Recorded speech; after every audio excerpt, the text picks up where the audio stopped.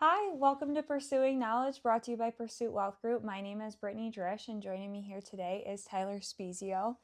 And today we're going to be talking about something that's in the headlines a lot, whether it's exciting or people are scared of it, but artificial intelligence. So, Tyler, if you kind of want to kick us off with that. Yeah, artificial intelligence is everywhere. A lot of people know a lot. A lot of people know nothing. I think at Pursuit Wealth Group, we try to stay on top of it all. But in this talk today, we're not going to talk about the technicals too much. We are not an AI firm. We are an investment firm. So we'll talk about the investment side of AI. So if you want to learn more about RAILUs or other technical things like that, this is not the talk for that. But if you Perfect. want to learn about kind of the high level 10,000 foot view and how we're thinking about it in terms of our investments, this is the spot. Perfect. So, let's start out with the basics. What is AI?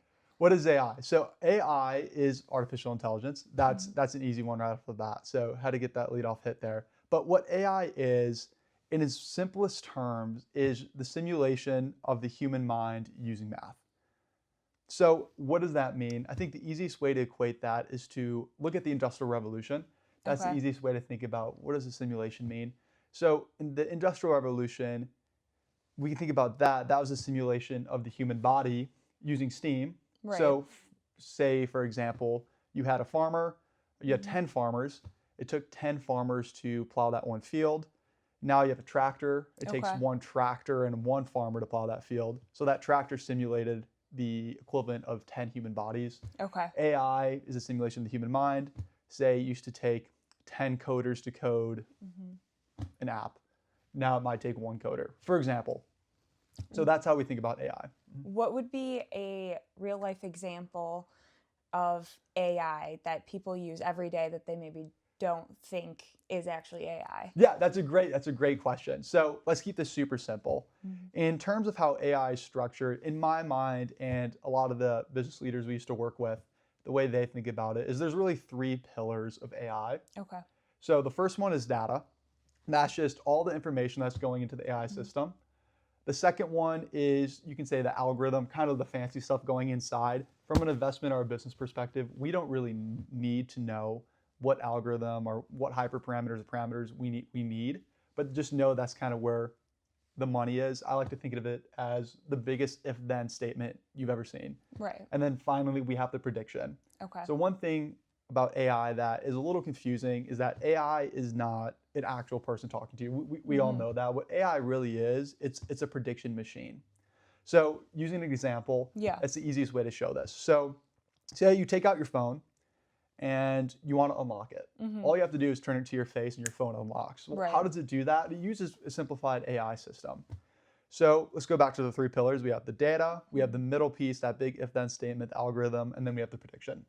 So focusing on the data of unlocking your phone. The data going into your phone is just a picture of your face. Right. I don't know exactly if it's infrared or whatever your phone is using, but Yeah. essentially it's capturing all those complexities, those details of your face Hmm. that make your face your face. Right. My face, not Brittany's face. So that's the data going into it. That's the first part of the AI system. The middle piece, this big algorithm, this big if then statement, Hmm. is where the magic is happening. Right. So that data is going in into the second piece here, and it hits the first little if then statement, that first little dot. Hmm. That first dot is saying, hey, is this Tyler? Does he have brown hair? I do. So then it'd go to the next one and say, does he have a big nose? I've been told I do. It'd go to the next one, and then it'd say, does he have blue eyes? I don't have blue eyes. That would stop, and then the prediction would say, we predict that it's not Tyler. Okay. But if it was, does he have hazel eyes? And then it'd go through and it would predict that 98% chance this is Tyler, 1% chance this is, I've been told I look like Mac Miller, and then 1% chance this is not Tyler. So Okay. 98% chance that it probably is Tyler, it would go through, and then the prediction would be this is Tyler, the phone would unblock.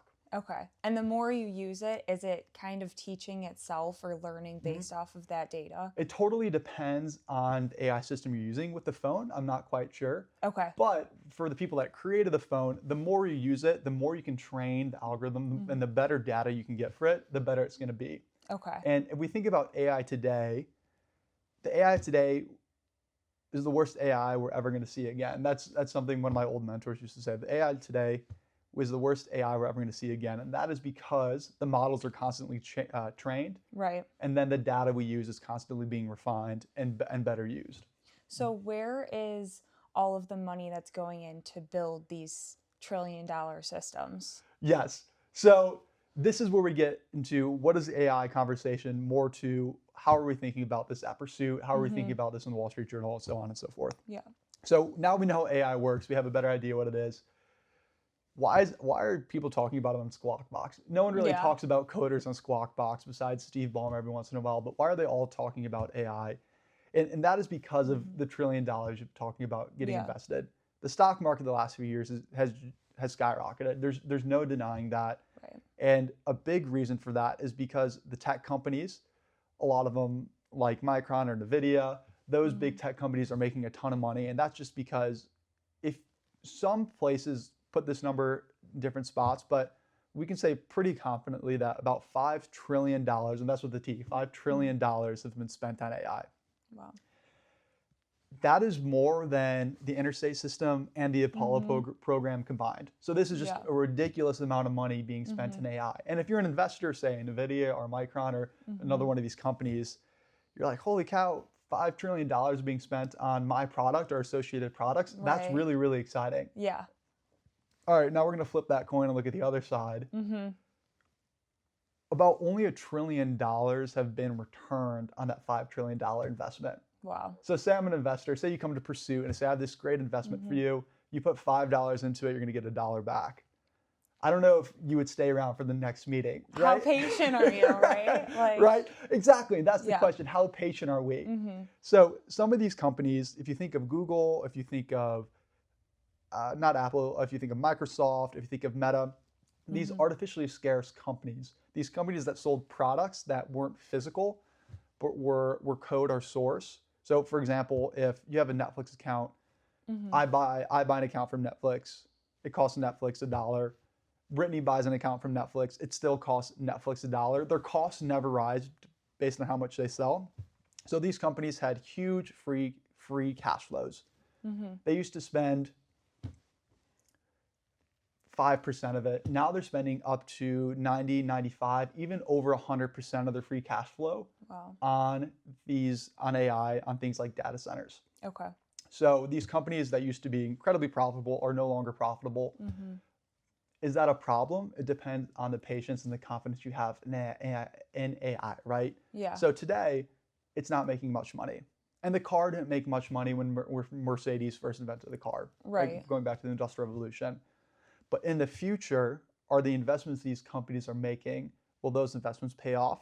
That's what we're concerned about, and that's what we're thinking about every day. I think something that when people hear AI, they're fearful that it may take their jobs in the future.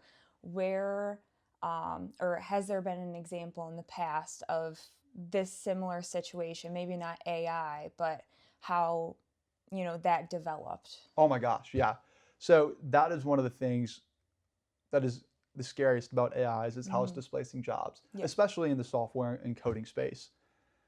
I think it was Meta or Microsoft, or it might have been both of them. I know Amazon, you can throw this in there as well. They laid off about 20 to 30,000 employees each, Wow. more on the software coding side because they thought AI could replace it. So we're seeing that displacement today, and it is real. And for folks in those fields, it is scary. Right. And for folks in more, especially white collar jobs, it is scary to think about how can I be replaced. And there is a threat. There is a threat there, and it is scary. But going back to the Industrial Revolution, I think we can learn a lot from history here. Right. So take ourselves back to that field. So in that field, you are a farmer. Say you're a farmer, a serf in Russia, and you just lost your job because a tractor came into town. And you said, and we ask you, hey, what do you think about the Industrial Revolution? That farmer would say, I hate the Industrial Revolution. Right. I lost my job, and fairly so. And if we even go to a more specific example, there were some textile workers in England called the Luddites, and they got so upset that their way of life being displayed that they actually went in one night and destroyed all the factory mills. Wow. Outrage, well deserved. They lost their jobs because of a technology. Right. But if you were to go to one of those Luddites or you were to go to one of those farmers and ask them, what do you think of the airline industry? They'd have no idea. They'd have no idea, right? Right. And that's the positive side of AI. Yeah. So say today we are in this AI revolution. Mm-hmm. In the short term, it does hurt. People are losing their jobs, and that is not something to beat around the bush about. Right. But if you want to have a positive lens of it, you can say, well, there was an airline industry because of the Industrial Revolution. Right. Could there possibly be an airline industry or an industry that we don't know about for the AI revolution as well that we can't see? Right. And the hope is that there is. Mm-hmm. A lot of industries are starting to get there. I know in the pharmaceutical industry, there's a lot of new research going into it. Obviously, with software, there's a lot of new research going into it in ways that we can see AI helping us. But those aren't brand new industries. Right. Is there a brand new industry out there? We'll I'm an find optimist. out. I hope there is. And I Yeah. think there is. We just don't know what it is yet. And by Right. nature, when you're in the middle of a tech breakthrough or something like that, you Yeah. don't know you're in the middle of it till it's over. Right. Mm. Lots of scary thoughts with AI coming in, but if you choose to stay on the positive outlook and mindset of things, there could be another plethora of jobs or opportunities that AI does open up for people. Oh, So, for sure. yeah. And we can start seeing that a little bit today. And Yeah. maybe this is more of an aside, but going back to those companies like NVIDIA Mhm. and Micron, those companies that are profiting so much off of AI. On the tech side, there's a lot of gain there, but there's also a lot of loss from the layoffs. That's Right. one thing we were talking about. But the AI revolution isn't just helping or hurting the white collar industry. Right. If you want to look at some of the biggest winners of this AI spend, just go look at Caterpillar, go Mhm. look at John Deere. Yeah. Those companies that are traditional, they make the products moves the earth, and that's kind of the end of it, or the product makes the energy, and that's the end of it. These data centers take up so much space, so much water, so much energy that more traditional non-tech companies Mhm. are now winning just as much as NVIDIA and Micron. So Yeah. another side of the coin there as well. Yeah. Anything else you want to leave the listeners with in any of your insight on AI? I think my one insight would be, I'd say there's two insights. One, we've been here before, Mm-hmm. or another way to say is history doesn't repeat itself, but it rhymes. So Yeah. going back to the Industrial Revolution, we've had technological breakthroughs that have displaced the workforce before. Mm-hmm. There are ugly parts and there are beautiful parts about that. Being an optimist, we can hope that as the Industrial Revolution helped us get to where we are today, we can hope the AI revolution helps us where we need to get tomorrow. I say that's Yeah. one takeaway. We've been here before. It is scary, but there is light at the end of the tunnel too. It can be a great thing. The other one I would say is, I iterated this before, but just want to re-harp on it, is the AI we have today is the worst AI we'll ever have again. Right. You go in, you can ask AI to help you make a new pasta recipe. I do that quite often. I'm not a great cook, so I go to AI for that, and it's super helpful. Yeah. But if you ask AI a more nuanced question, it's not quite there yet. Right. You have to check it. It hallucinates, so on and so forth. There are shortcomings for AI, but tomorrow the model will be better, Right. and the month after that the model will be better. And a year from now, the AI we are using then is going to be totally different than the AI we use today. Right. The pace of progress is astounding. So it'll only get better from here and more impressive. So I would say don't give up on AI. If you can use it, use it. Yeah. And as investors at Pursuit, we're constantly thinking about what it can do and what are the companies that are investing in it and using it doing. So it's an exciting time. It's a scary time, but We're here for the ride. We're here for all of it. Awesome. Thank you so much for your insight today, Tyler. And if you are watching this video does not constitute any legal, tax, or investment advice. If you have any questions, please reach out to your advisor. But we will see you next time on Pursuing Knowledge.